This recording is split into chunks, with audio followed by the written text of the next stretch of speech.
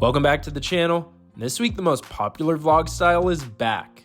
I'm going to show you guys every single hand from my most recent 1-2 session, so it'll feel like you're right there with me. For the year 2025, I'm trying to make $25 an hour while playing both 1-2 and 1-3. I'm currently on the biggest upswing in my poker career, so let's see where we stand. In my last 12 live poker sessions, I've played 33 hours and 25 minutes of both 1-2 and 1-3 and profited $5,605, which is insane. The deck is hitting us hard, and I'm playing some of the best poker of my life. So to go over our stats, here's where our 1-2 numbers sit for the year. We've played a total of 70 hours and 25 minutes in this game and profited $2,090 for an hourly win rate of $29.68. As for 1-3, we've played a total of 69 hours and 10 minutes and profited $5,244 for a ridiculous hourly win rate of $75.82. Combining our stats, we've played a total of 139 hours and 35 minutes of live poker and profited $7,334 for an hourly win rate of $52.54, which is over double our goal. Super fired up about where these stats sit and the extra cushion I currently have. But as we saw last week, the swings are huge in these games, and if I'm not careful, things can go south quick. But for now, let's push these numbers aside and get this every hand video going by heading out to the nicest card room in Northern California, which is none other than Stone's Gambling Hall.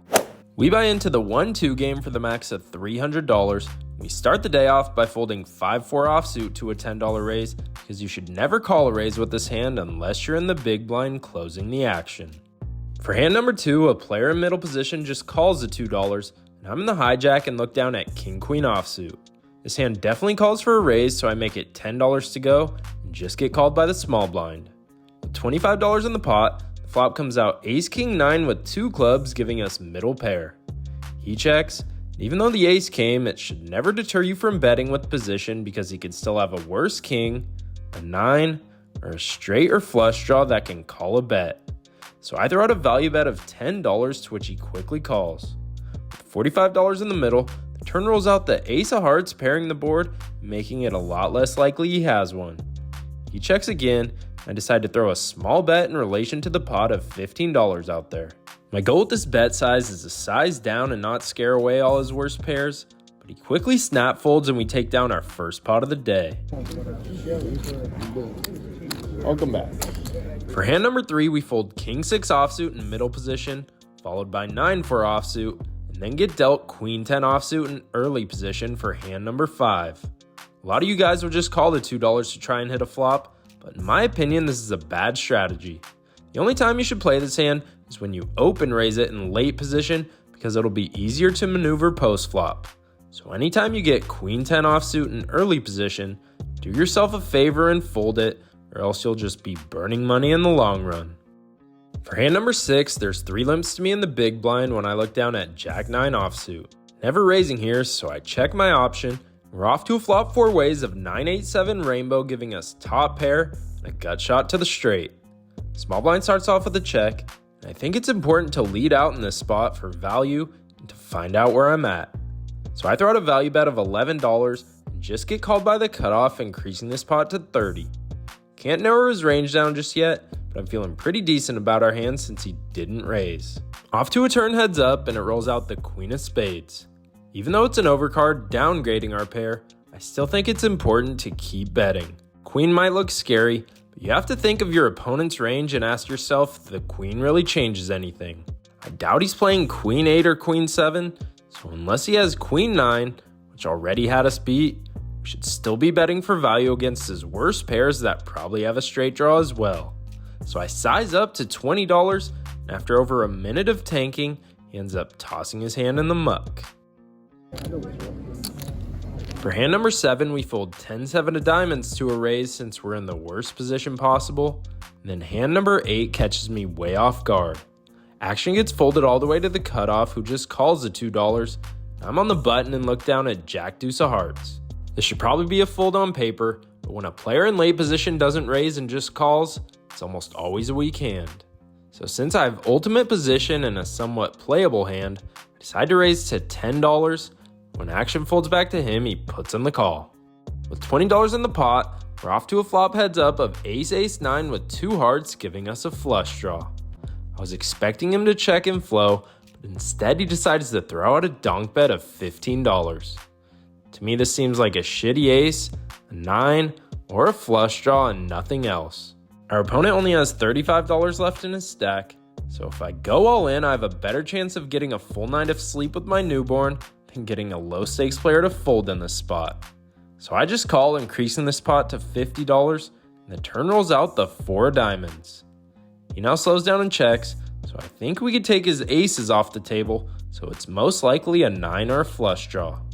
I can't get a 9 to fold with these stack sizes, and I'm ahead of most flush draws, so I decide to check it back and realize my equity. River pairs the board in the 4 of spades, and our opponent checks once again. No point in bluffing, so I check it back and he shows King 3 of clubs for just king high, giving him the winner. I don't know what the hell he was leading out on the flop for, but more power to him. Whenever you're at the beginning of your session, the most important thing to do is immediately make a mental note of how your opponents play, and use that later on in the session to exploit them. For hand number 9, we fold ace 6 offsuit. Hand number 10, there's 1 limp in early position, and I'm in the hijack and look down at my favorite hand in poker, which is none other than Jack 10 suited. I make it $12 to go, and just get called by the limper. Going heads up to a flop of King 6-3 rainbow, giving us absolutely nothing. Our opponent checks it over to us, and now it's time to start a bluff. Our opponent should never have 2 pair on this board. I have all the better hands in my range than he does, like ace king and king queen, so I throw out a bet of $15, and he quickly folds, giving us the winner. We're 10 hands into our session and slightly above the even mark until we go card dead and get dealt straight garbage. We fold ace 6 offsuit under the gun, 10-4 offsuit in the big blind to a raise, king 3 offsuit, 4 deuce offsuit, 6 deuce of spades, 8-5 offsuit, 7-6 offsuit, king 3 offsuit, 10-3 of diamonds, king deuce offsuit, and 10-4 offsuit until we finally get involved in a pot for hand number 23. For this hand, action folds to me on the button and I look down at Jack 9 offsuit. Good enough for a raise since we have the best position possible, so I make it $10 to go and just get called by the small blind. Off to a flop heads up of 8-5-3 with 2 clubs, giving us 2 overcards and a backdoor straight draw. He checks, and since he shouldn't have 2 pairs on this board, I think it's safe to start a bluff with. So I make it $10 to go, and he quickly calls, doubling this pot to 40. Can't determine his range just yet because he could still be floating with big cards. Off to a turn which peels off the Jack of hearts, now giving us a very average top pair. I was expecting him to check and I could put in a value bet, but now he takes the betting lead himself and throws out a pretty big bet of $25. A little concerning he didn't check it over, so at the time I'm basically putting him on a jack and not much else. I don't beat many jacks since my kicker is subpar, but it's way too soon to fold, so I slide in the call, increasing this pot to $90. Off to a river hoping for a 9, but it rolls out the 4 of hearts, now bringing in a backdoor flush possibility. He doesn't take his foot off the gas and keeps the aggression going with a bet of $55. This opponent is a friend of the vlog, and at this point I've played with him just a few times, and in those sessions he's played somewhat tight, so I'm basically putting him on queen jack or better, which leads me to confidently tossing my hand in the muck.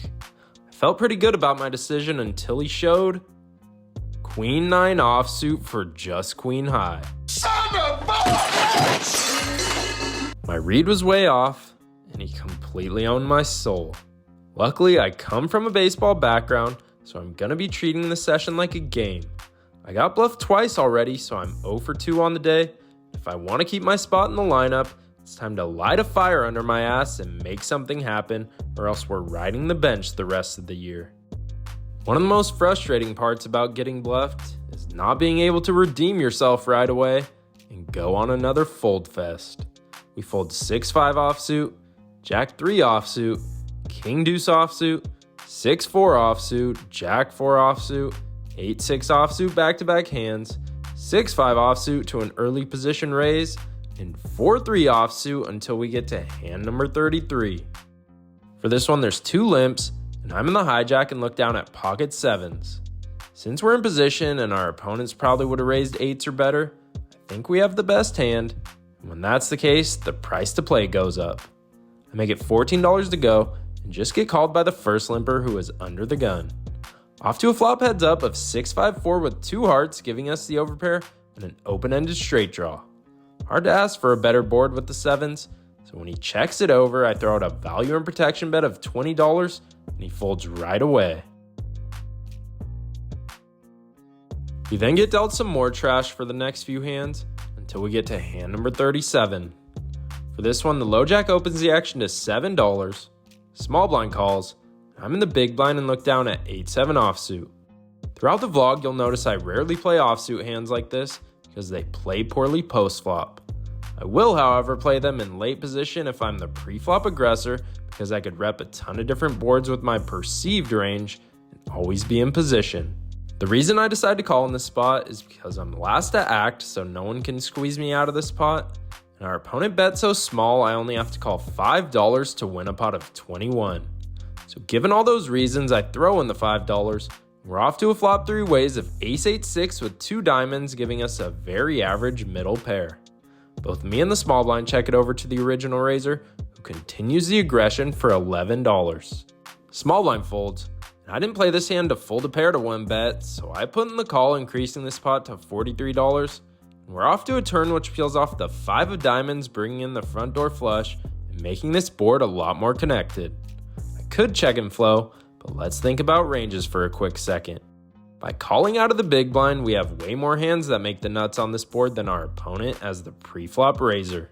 While he has way more ace-x hands that make top pair, we have way more straights, 2 pairs and flushes that call out of the big blind than he should have. So since we picked up equity as well, I'm going to use this turn card to help start a bluff, which is why I lead out for $25. I wasn't expecting him to fold just yet, but surprisingly he does and says how his ace must not be good because I probably have a straight. Feels pretty nice to get that one through, and the key to winning this hand was to not check the turn. If we do, our opponent would most likely check it back for pot control and call every river bet, decreasing our chances of winning. That's why it's super important to figure out perceived ranges and use them to your advantage.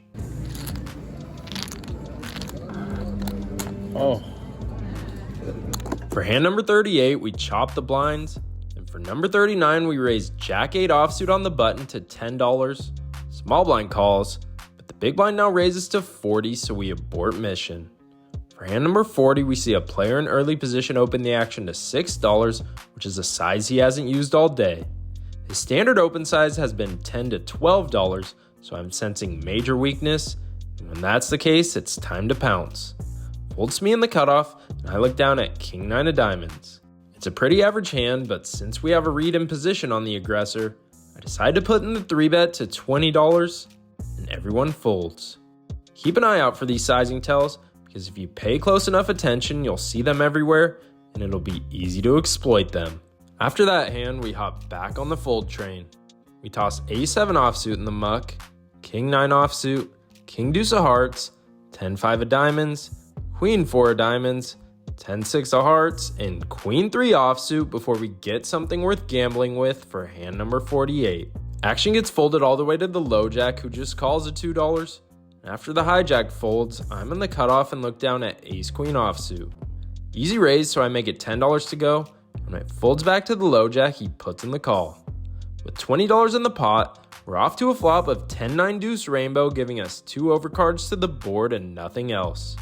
He checks, and given that this board is pretty neutral for both of us, I throw out a c-bet bluff of $10, and he quickly folds, giving us a quick profit.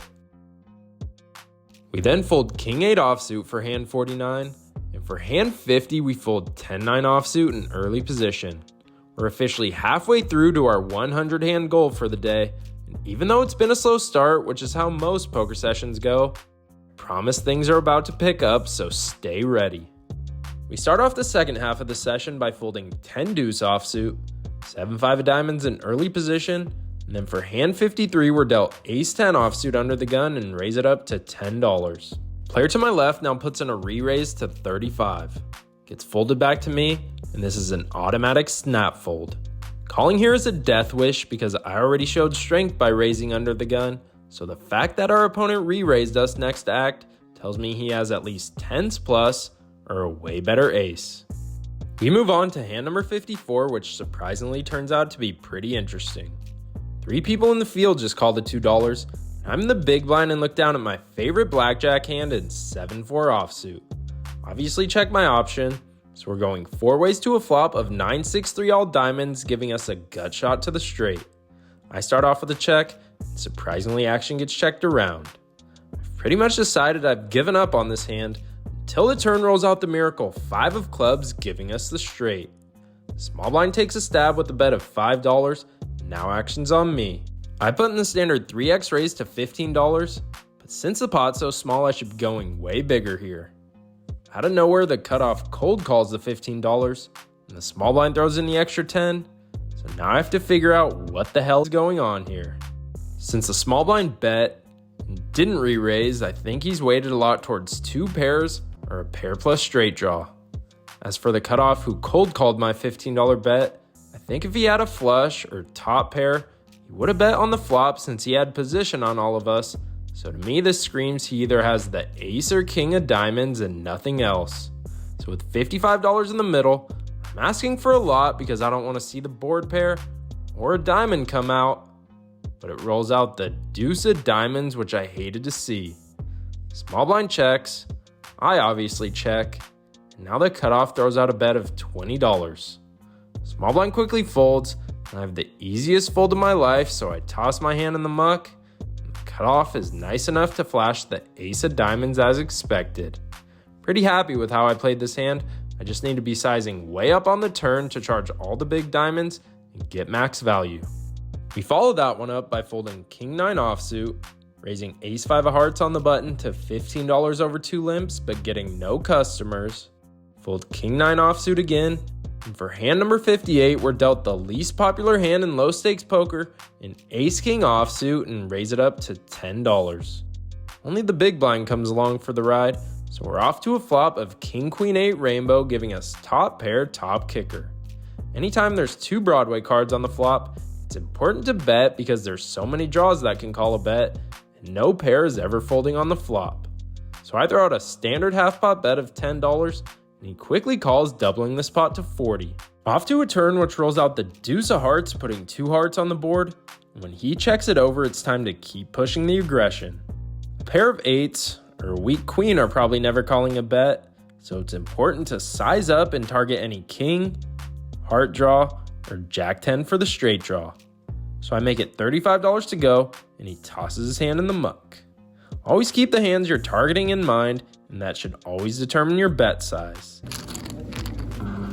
We follow that hand up by folding 4-3 offsuit, 9-3 offsuit, 10-7 offsuit, checking jack 9 offsuit in the big blind but missing completely until we get to hand number 63. For this one, a player in early position limps, and action folds all the way to me in the small blind, and I look down at the ladies, pocket queens. I raise them up to $12 and just get called by the player in early position. With $25 in the pot, we're off to a flop heads up of 10-8-5 with 2 spades, giving us the overpair. I could obviously bet, but at the time I felt like this flop would connect a lot more with his range and he'd take a stab at it. So I check, and he throws out a bet of $10. The plan is going to perfection because this board should rarely have 2 pairs represented, so unless he has a set, I'm 100% certain I have the best hand and want to get more money in the pot. So I check raise our opponent to $35, and he quickly calls. I think he's only continuing with 10x, straight and flush draws, so we can narrow his range down, which will help us maneuver later streets. Off to a turn with $95 in the middle, and it rolls out the 3 of diamonds. Beautiful turn card because it shouldn't change anything. Now the only thing we have to worry about is how much we're going to bet. Knowing we have the best hand, worst case scenario would be for us to bet an amount that he'd be scared of and fold. So I settle on a bet of $40 because I think all those hands we mentioned earlier would continue. And as expected, he throws in the chips, so the pot's sitting at $175 and our opponent has around $80 left in his stack.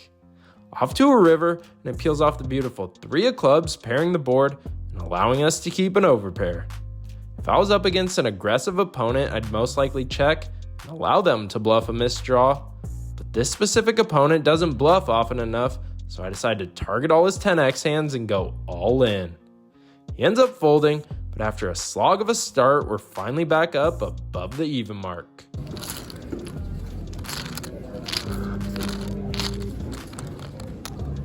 We follow that hand up by folding 6-4 offsuit, Jack-8 offsuit, and then getting dealt Ace-King offsuit in the hijack and opening it to $10. I just get called by the big blind, so we're off to a flop of 10-10 deuce rainbow, giving us 2 overcards. He checks and flow, and on this board he either has something or doesn't, so I throw out a c-bet of $10 and he quickly folds.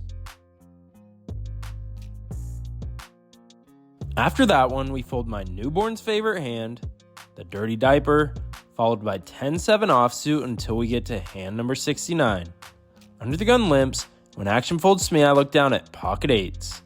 Easy raise, so I make it $12 to go, and get called by the big blind and under the gun limper. Going 3 ways to a flop of Jack 7-5 with 2 spades, giving us second pair. Checks to me. Even though there's an overcard to our pair, it's still important to continue betting, to charge all the draws and get value from worse pairs. So I make it $17 to go, and both opponents end up tossing their hands in the muck, so we scoop in another little decent pot. We follow that hand up by folding Queen-8 of diamonds under the gun, and for hand number 71, we're looking to get our revenge.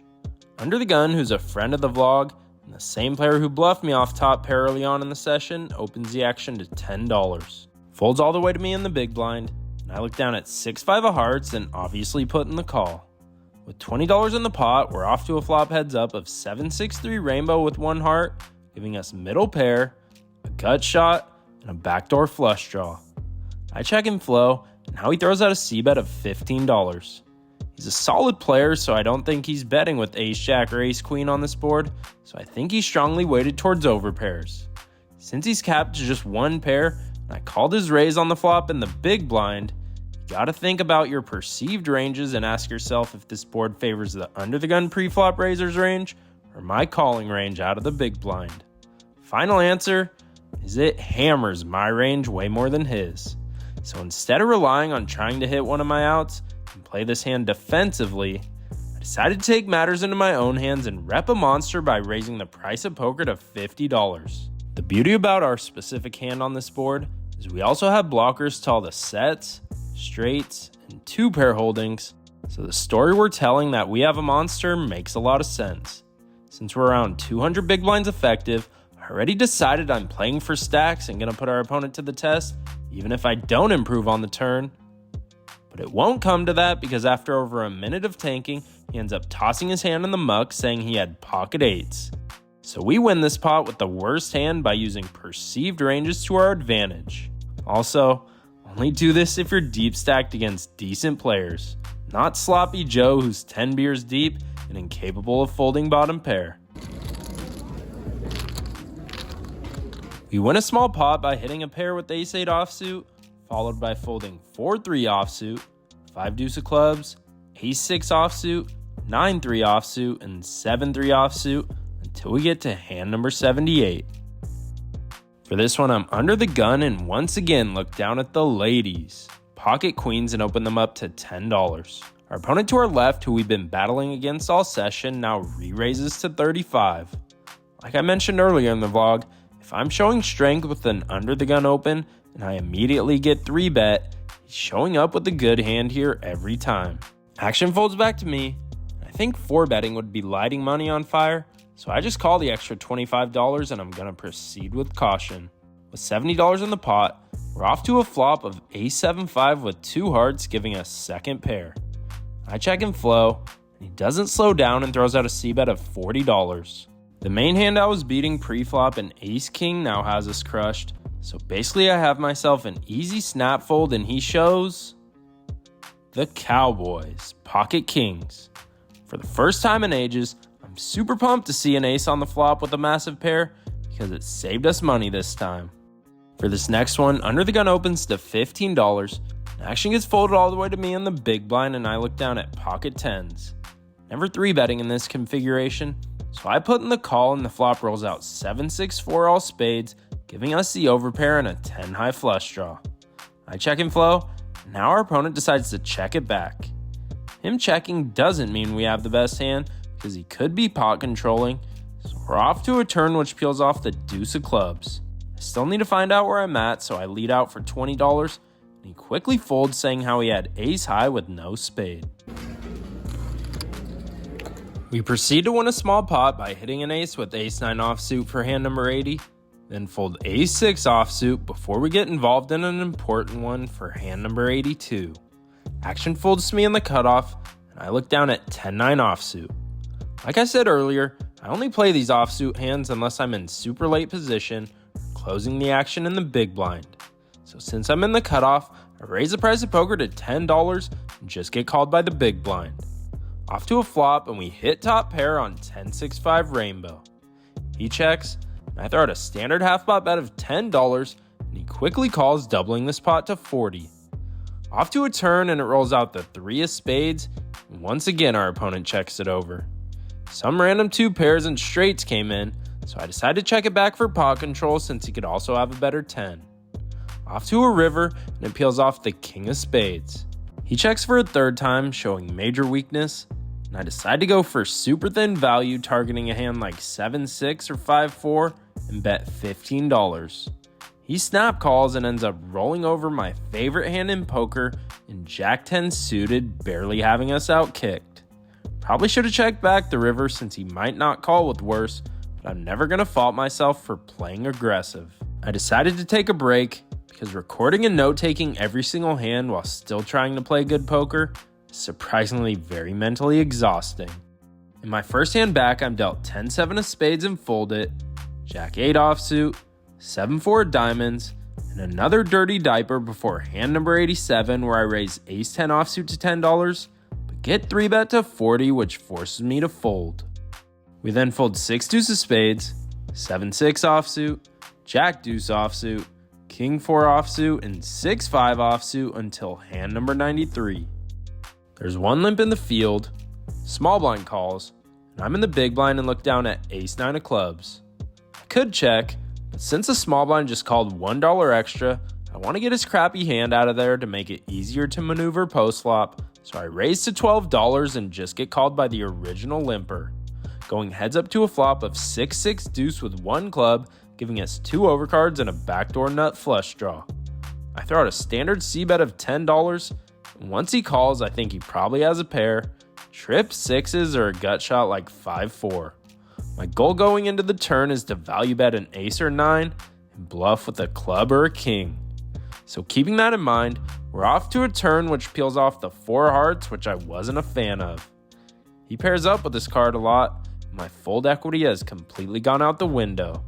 So I check, and after he bets $15, I just toss my hand in the muck and move on. The literal next hand, I miss a set mining operation with pocket 7s, and then raise ace queen offsuit to $12 but get no action. We proceed those hands by folding queen 4 of diamonds, queen deuce of hearts, jack 6 offsuit, jack 9 offsuit, and finally reaching triple digits in hand number 100. For this one, I limp pocket deuces in early position, and unfortunately fail another set mining operation. Usually I'd stop the session after 100 hands, but while I was playing, I felt like that would be a disservice to you guys based off of how it was going, and I owe you guys some more action. So here's another 25 bonus hands for y'all to enjoy. For hand number 101, we fold 10-3 offsuit, then check king 4 offsuit in the big blind but miss completely, fold 9-3 offsuit, queen deuce offsuit, and take down $8 after raising pocket 5s to 20 and getting no callers. Then for hand number 106, there's 2 limps, and action folds to me in the hijack, and I look down at 40% of a royal flush and ace 10 of spades. Easy raise, so I make it $15 to go, and only get 1 player to come along for the ride. With $35 in the pot, we're off to a flop of 9-9-8 with 1 spade, giving us 2 overs and a backdoor straight and flush draw. He checks, and I start off with a bet of $10, hoping he folds, but he quickly calls, increasing this pot to $55. Off to a pretty interesting turn in the 7 of diamonds, now giving us an open-ended straight draw. He checks again. Now I see 0 point in betting because this card could have drastically improved his hand. I'm trying to realize my equity and see a free river. So I check it back, and the river rolls out another 9 and the 9 of clubs, which is pretty wild. Now he throws out a bet of $40. Feels like he either has a 9 for quads or an 8 for a full house. But if I was to raise, my line wouldn't make any sense at all. He'd snap call all day. So I just wave the white flag and give up. Immediately after losing with ace-10, we have no time to wait because action folds me in the low jack, and I look down at the Cowboys, pocket kings. Make it $10 to go, and action folds to the small blind who doesn't think 10 is enough, and 3-bets me to 24. Usually when low stakes players 3-bet, they're almost never folding unless you go crazy, so since we're not that deep, I decided to put in a super small re-raise to $60, forcing him to continue with his entire range. Thinks about it for a bit before eventually calling, so with 120 already in the pot, we're off to a flop of 6-3 deuce rainbow, which shouldn't change anything. I want to keep his entire range in there, so I size down to $25, and he immediately goes all in. I obviously snap call, and we both roll over our hands, and he shows the ladies, pocket queens. We have him completely dominated, and we're in great shape to stack our opponent. Turn rolls out the 8 of hearts, and the river is clean, giving us the winner. Super pumped to win a decent sized pot this late in the session, and now we're up $145 on the day, which I love to see.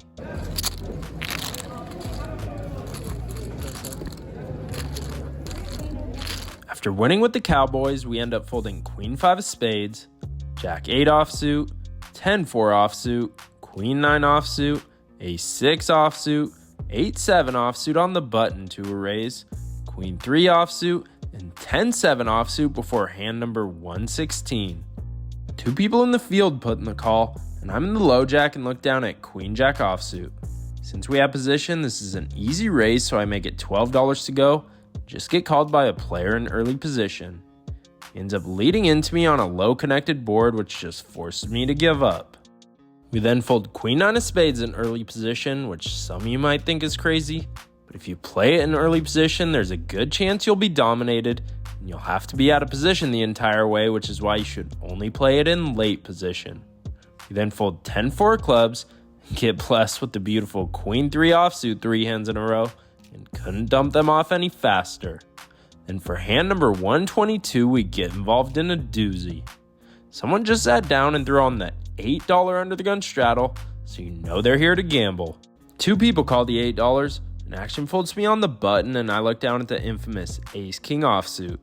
Stacks aren't too deep, so I raise it up to $25. You get called by the straddler and a player in early position. With $85 in the pot, we're off to a flop of 4 deuce-deuce rainbow, giving us 2 overcards. Even though we didn't hit an ace or a king, I don't think either of them should have a deuce in their range very often. And they also didn't re-raise me pre-flop, so the best hands they could have is pocket 5s through pocket 10s. I have the huge range advantage since I was the aggressor pre-flop, so I'm gonna apply max pressure and rep the big overpair. They check it over to me, and I start off with a c-bet of $35. I'm not one to look for physical tells too often, but the way our opponent in the straddle stacked his chips like he wanted to go all in, and then just ended up calling, screamed major strength to me. I noticed he also peeked at the other card after he called, and this board doesn't have a flush draw, so what's he looking for? Anyways, as much as I hate to do it, I think it's time to abort mission. Other player folds, so we're going heads up to a turn which rolls out the 10 of diamonds, and it goes check, check. The river rolls out the jack of diamonds, and he checks again, and I think bluffing would be lighting money on fire given I have this read, so I check it back and he shows Jack deuce offsuit for the full house. He called $25 pre-flop with Jack deuce offsuit and somehow managed to hit a full house. Glad I was able to pick up that read, or else I would have blasted off way more money.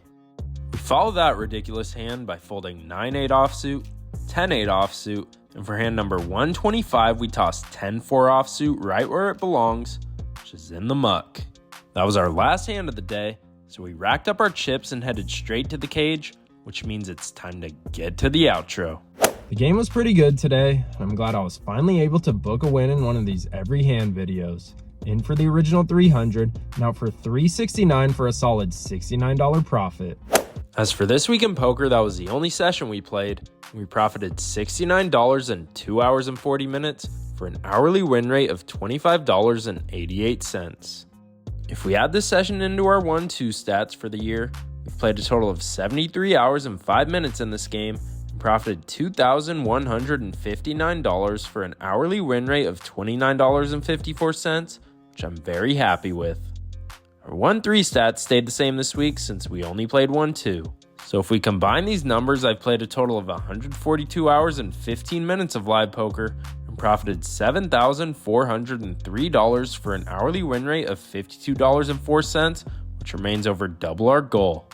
Hard to ask for much more, so let's see if we could keep these good times rolling into next week. Thanks for watching, and as always, I hope you guys run good at the tables. I'd appreciate it if you could hit the subscribe button to help me reach my new year-end goal of 25,000 subscribers.